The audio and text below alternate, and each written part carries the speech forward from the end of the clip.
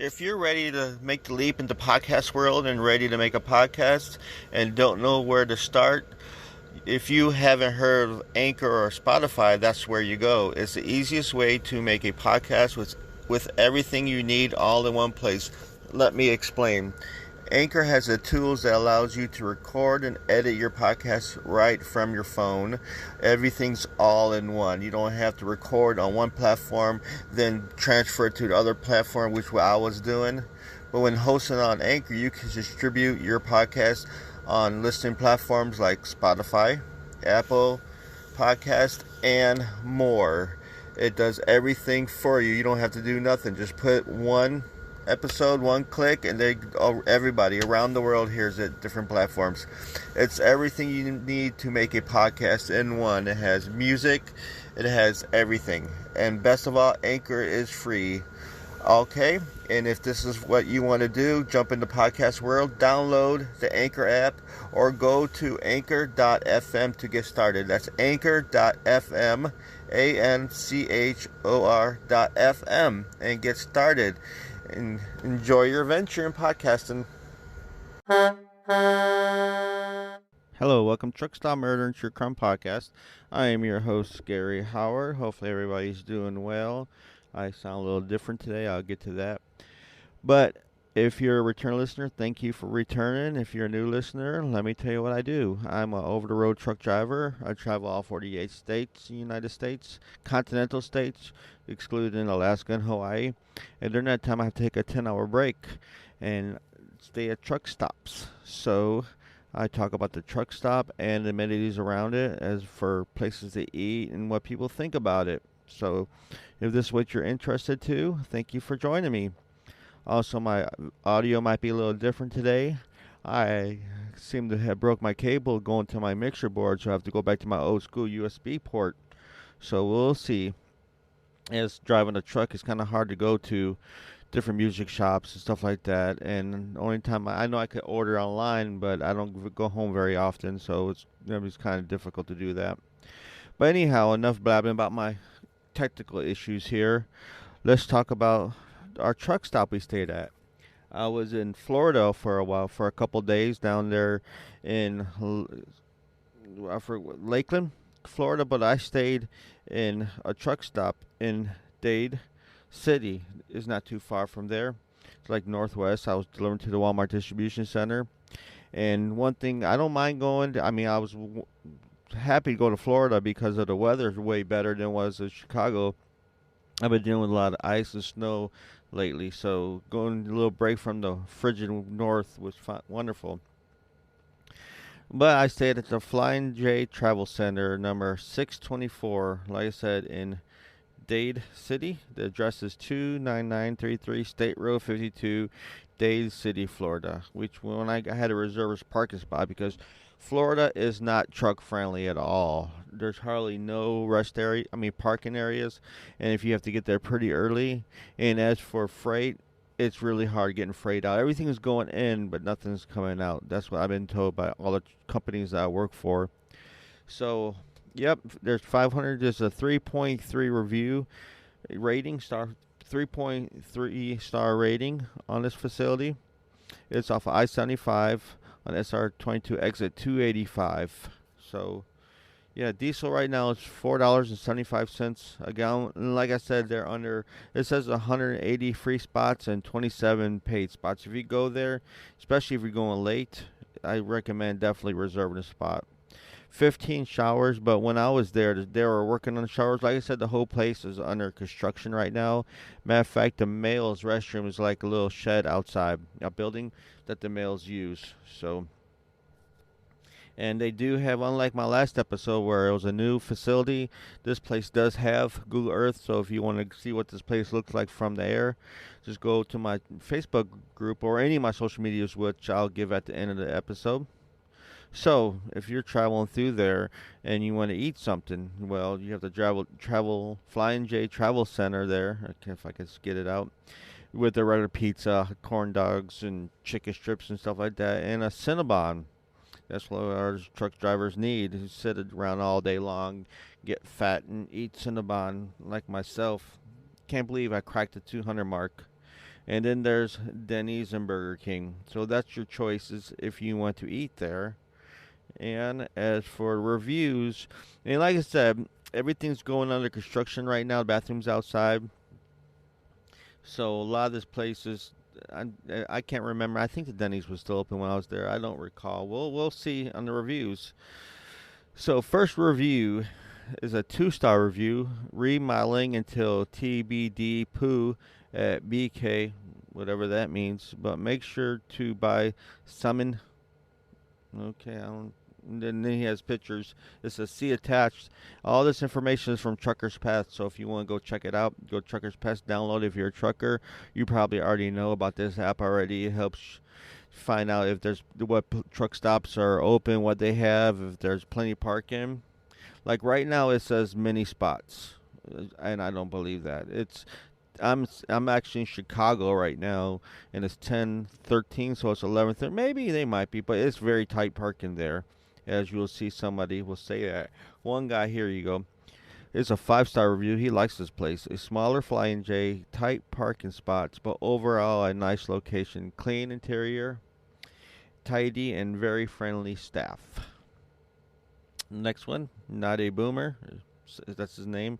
Parking can be tight, so keep on moving if you're a rookie or Swift, or show up early. Rookie or Swift. I wonder who he works for. Another 3-star review. Currently under renovation. Half the showers working, but has hot water, no laundry, men's room outside trailer, no lounge.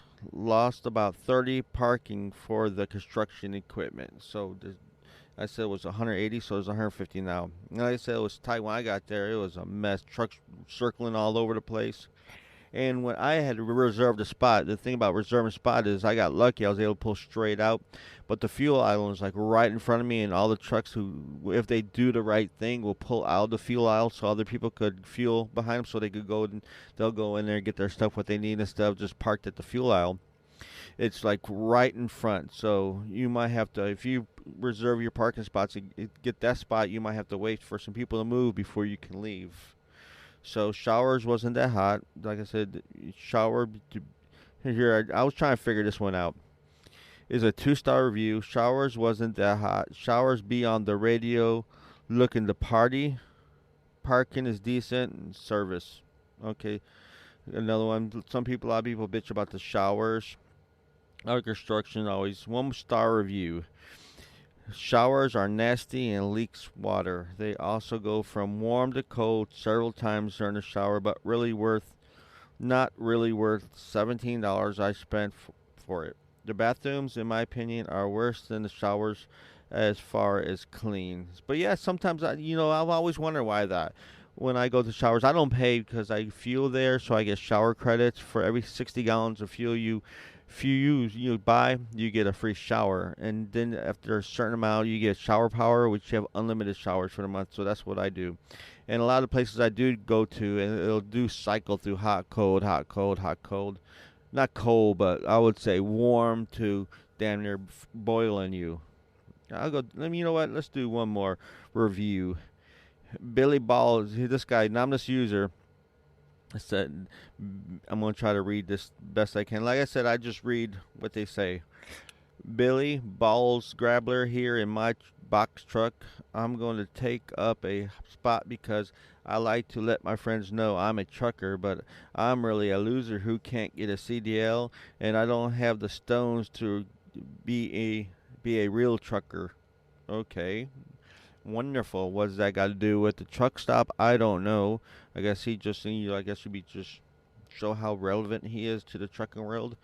So, with that being said, let's go on to the murder. Just happened right southeast of us, right outside of Tampa. So, this is my second episode outside this area. The last episode was The Lobster Boy. Go check that out if you haven't heard it. It's a crazy one. So, the case we're going to cover today is the Seminole Heights serial killer. Let's talk about Seminole Heights. Seminole Heights, Florida is a quaint historic neighborhood district located in the western part of the state. Located near central Tampa, it has a population of around 25,000 and is known for its historic buildings and 20th century bungalow-style homes. Despite being a close-knit community, the area still did have its problems with crime in the latter half of the 20th century, namely property crimes such as grand theft and burglary. But it came as a shock when a serial killer began stalking the area of the fall of 2017. For 51 days, a serial killer held the community in the grip of fear as he claimed lives seemingly at random. It all began on the evening of October 29, 2017. 22-year-old Benjamin Edward Mitchell was having a fairly average day. He was currently attending Hillsborough Community College and was living with his aunt and uncle in Seminole Heights. Described by friends and family as a quiet yet outgoing guy, Benjamin had a passion for music and spent much of his free time, working on his rap career under the name Eddie Bank and performing at local venues.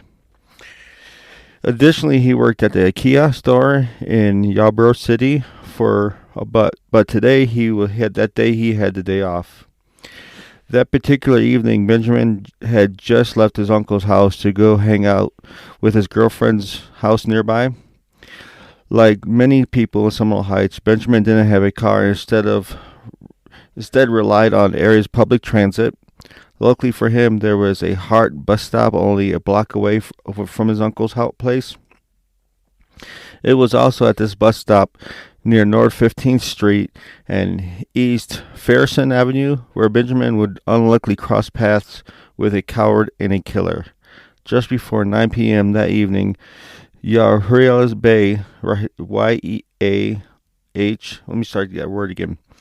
Yaharal Bay, Y-A-H-R-A-E-L, Bay, B-E-Y, a Seminole Heights resident, heard 4 popping sounds near his home.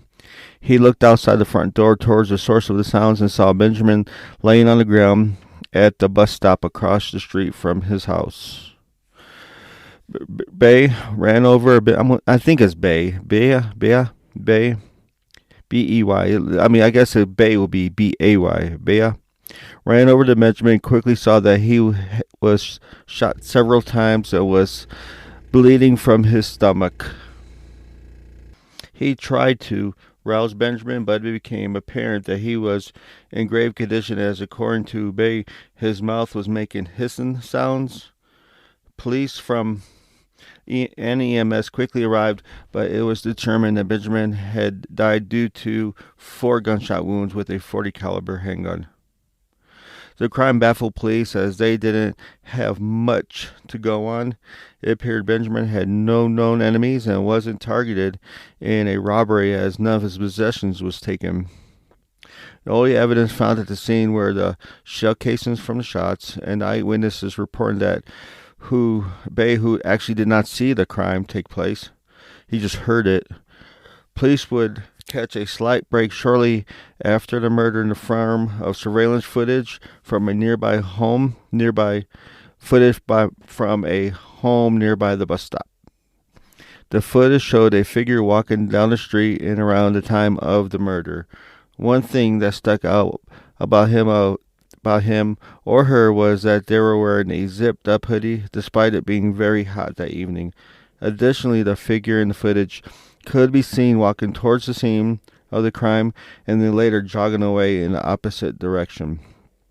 It was also noticed that the person featured in the footage also seemed to have a habit of twirling their phone in their hand when they were walking. Other than that, the police had nothing else to go on and had no solid leads. But before the case even had a chance to go cold, the killer struck again only 2 days later. That Wednesday, October 11th, 32-year-old Monica Hoffa was working the evening shift at IHOP. Co-workers reported that all was normal that evening, and Monica seemed to be in good spirits when she clocked out. However, later one co-worker and friend, Angela Patterson, recalled that Monica seemed frightened the last time she saw her. After Monica left from work, she returned home to change out of her uniform and relax. Monica had arranged for Angela to pick her up near Monica's Seminole Heights home to take her to her grandparents' home in nearby Hampton Park. When Monica left her home just before 8:30 p.m. to walk to the spot where Angela was picking her up, she called Angela and sounded frightened. Angela would later recall that she was talking loudly, like she was trying to let everyone hear that she had someone on the way. Despite only arriving minutes later, Monica was nowhere to be found. The next day, Monica didn't show up to either her jobs. She had two jobs. Nor did she reply to increasingly concerned calls and texts from her boyfriend, friends, and co-workers. The morning after, October 13th, a city landscaping crew would discover Monica's body in a vacant lot just off the 1000 block of East New Orleans Avenue. The body had been there for 24 hours and was partially hidden by the overgrown grass and weeds. It was determined that she had been killed by a shot to the upper back by a 40 caliber shotgun, just like Benjamin Mitchell. Even more alarming, her body was found less than a half a mile from where Benjamin was killed. Similar to the previous murders, Monica had no known enemies and appeared to be targeted randomly. However, unlike the previous murder, there was no witness to the crime or surveillance footage of the suspect, once again leaving the police with little to go on. People in the area did report hearing around 5 gunshots that evening of the 11th, but no one saw anything substantial to report. Based on the shell casings collected from the scene, investigators determined that the same gun was used in both killings of Benjamin and Monica. Although they weren't able to determine a specific model or weapon, they were able to deduce that the gun used was a Glock brand handgun using 40 caliber ammunition.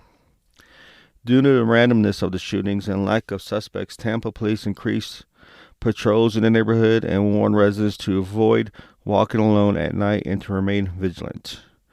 Unfortunately, these preventive efforts were not enough to stop the killer from claiming another victim less than a week later. 20-year-old Anthony Naiboya, now call him Anthony, Naiboa,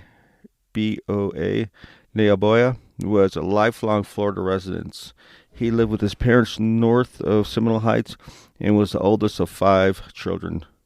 Some of Anthony's favorite hobbies were listening to music, producing beats, instruments, and watching cartoons such as Family Guy and American Dad.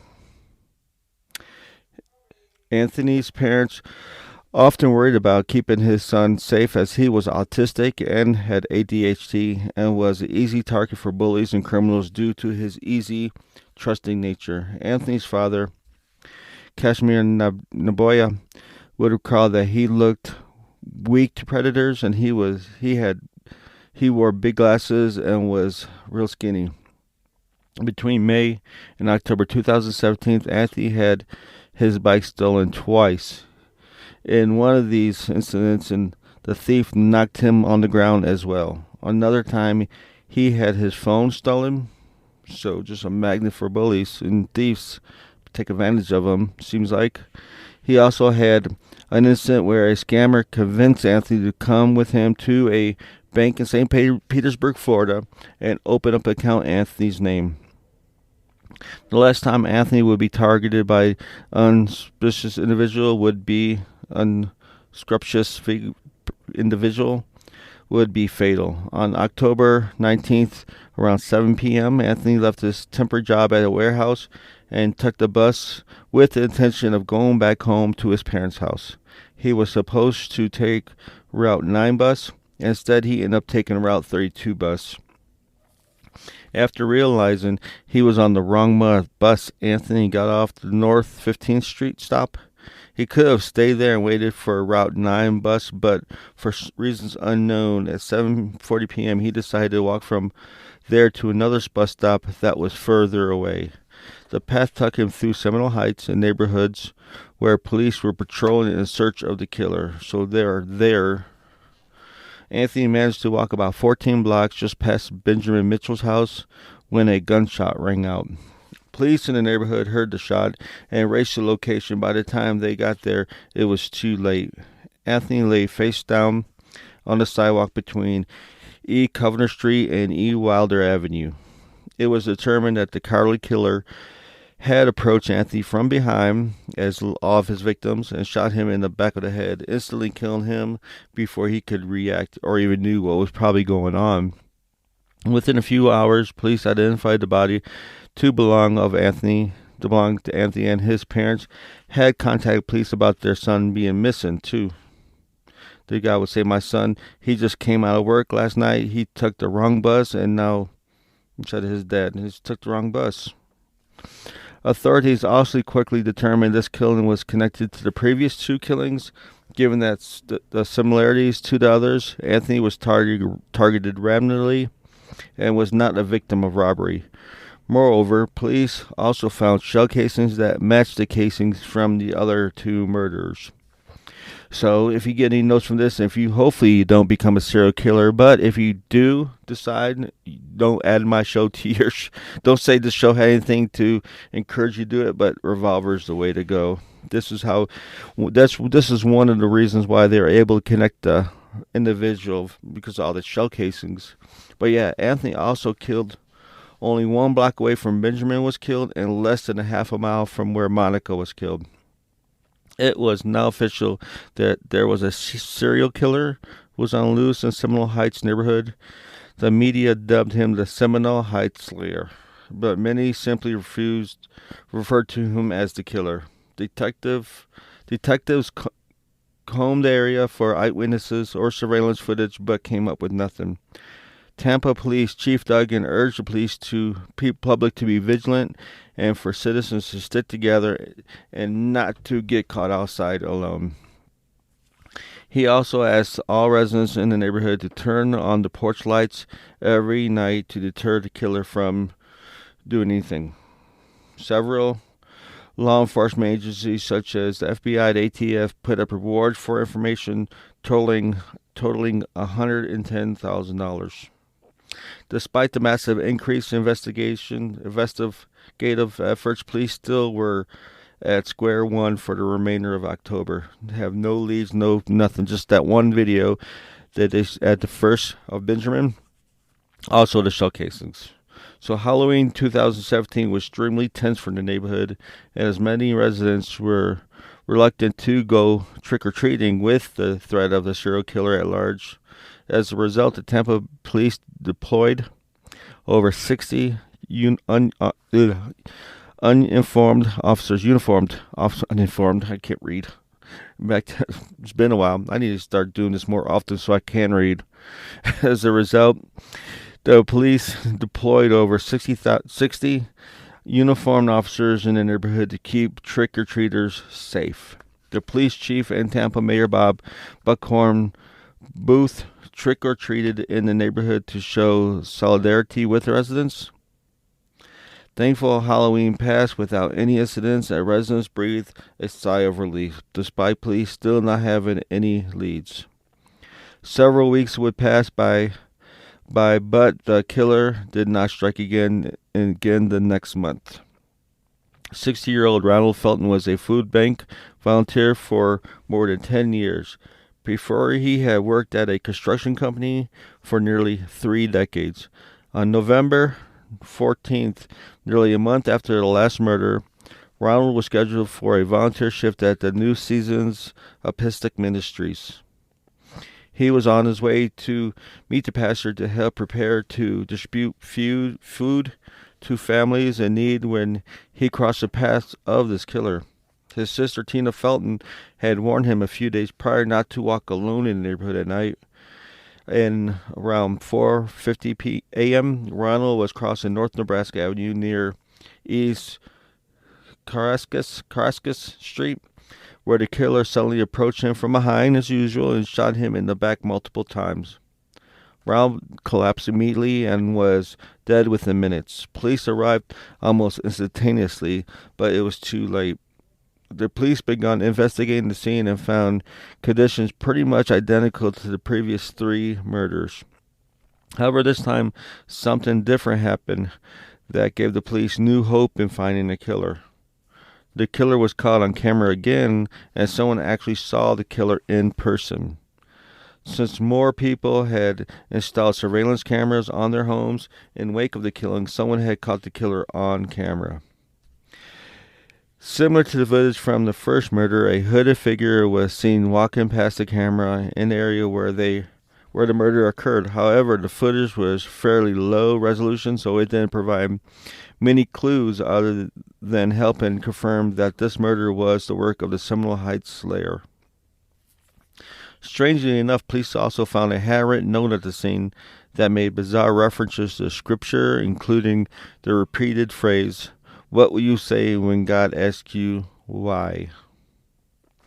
Unlike the previous murders, this time there was an actual eyewitness to the killing. A resident in someone heard the first murder, but they didn't actually see it. But this time someone did see it.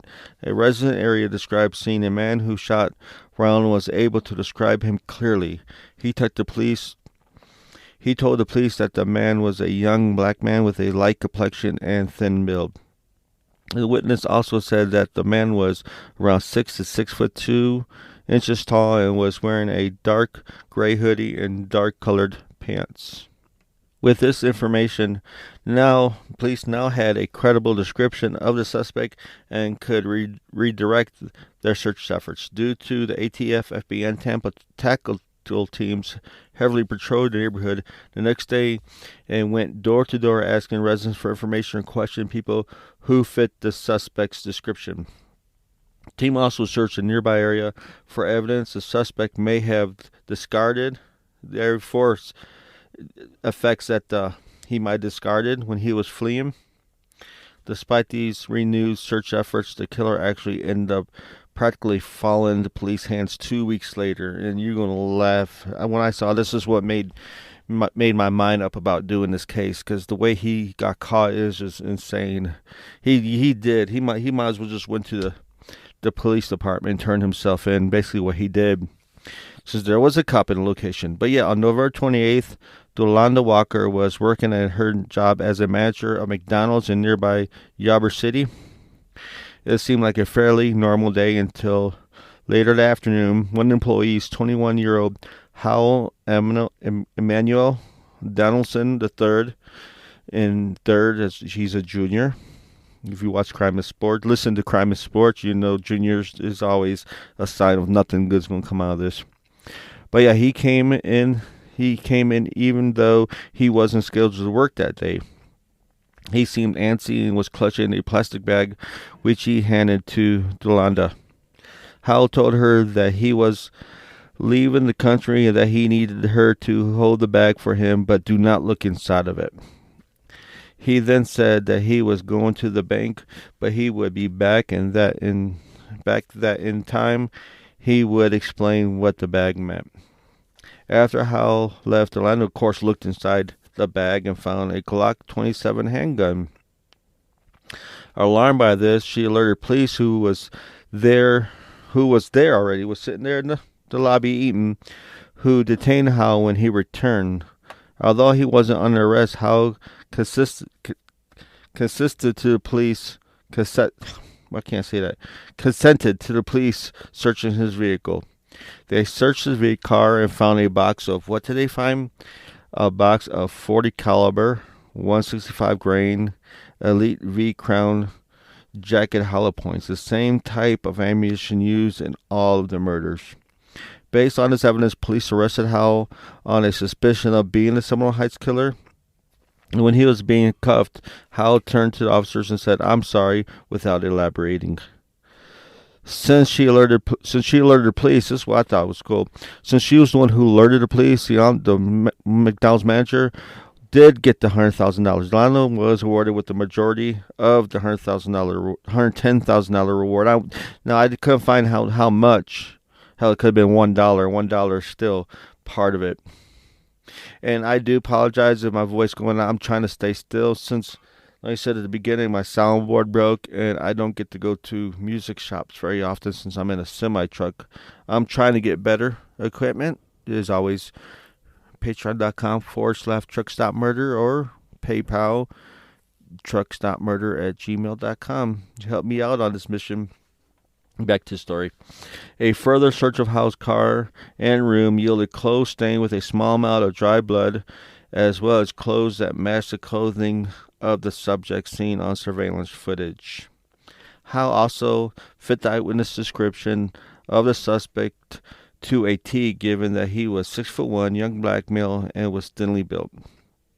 The FBI also made a digital sweep of his phone, cell phone, and found that his phone was in the same small area where the murders occurred the night that it happened. Don't bring your cell phone with you if you're going to do this. They also oddly found that, however a murder occurred, Howe would afterwards visit a camgirl site, Cam Soda, on his phone in order to masturbate. So he would kill these people and go masturbate to this camgirl. It was also discovered that after the second murder, Howe did multiple searches on his phone for a Seminole Heights killer in Seminole Heights. After all the evidence against him and a lack of any other suspects, Howe was charged with 4 counts of premeditated first-degree murder. It's also worth noting that the murder stopped once Howe was captured. No more. Howe's parents were shocked that their son was capable of such crimes. He had spent most of his life growing up in Tampa, was described by his friends and family as being well-liked and sociable and a great athlete. Probably he could run away pretty fast. After graduating high school, he moved to New York City and attended St. John's University, attending to major in computer science. However, after college, he was unable to find work and returned to his parents' house in Tampa. During this time, his parents and friends noted that he seemed more withdrawn and quieter, but nothing unusual. They were surprised when he started working at McDonald's given his education, but most figured that he was just trying to get back on his feet before pursuing a more fulfilling career. However, he lost his chance when he decided to end the lives of 4 innocent people. Due to the scale of the crimes, Howe's trial is not expected to begin for several years, so this is still going on, the trial. On January 23, 2018, state prosecutors announced that they would be seeking the death penalty against him. The motive for the murder remains unknown, and Howe has never indicated what was the reason was terrorizing his neighbors for 51 long autumn days. Now, when I saw about the whole McDonald's thing, how he gave up the gun to his coworker, and I said, I gotta do this. And plus, I was there, not too far down the road, and I don't go to Florida that much. I don't want to do that while I was in Florida. But I try to remember. I need to figure out a way to Google, so if anything comes up, I get alerts on it. So if you enjoyed telling that story, please let me know at truckstopmurder@gmail.com. I did have issues with the email while I wasn't getting emails, but I'm getting emails now. Or you could join my Facebook group at Truck.Murder, True Crime Podcast, and Twitter at Truck Murder, Instagram at Truck.Murder.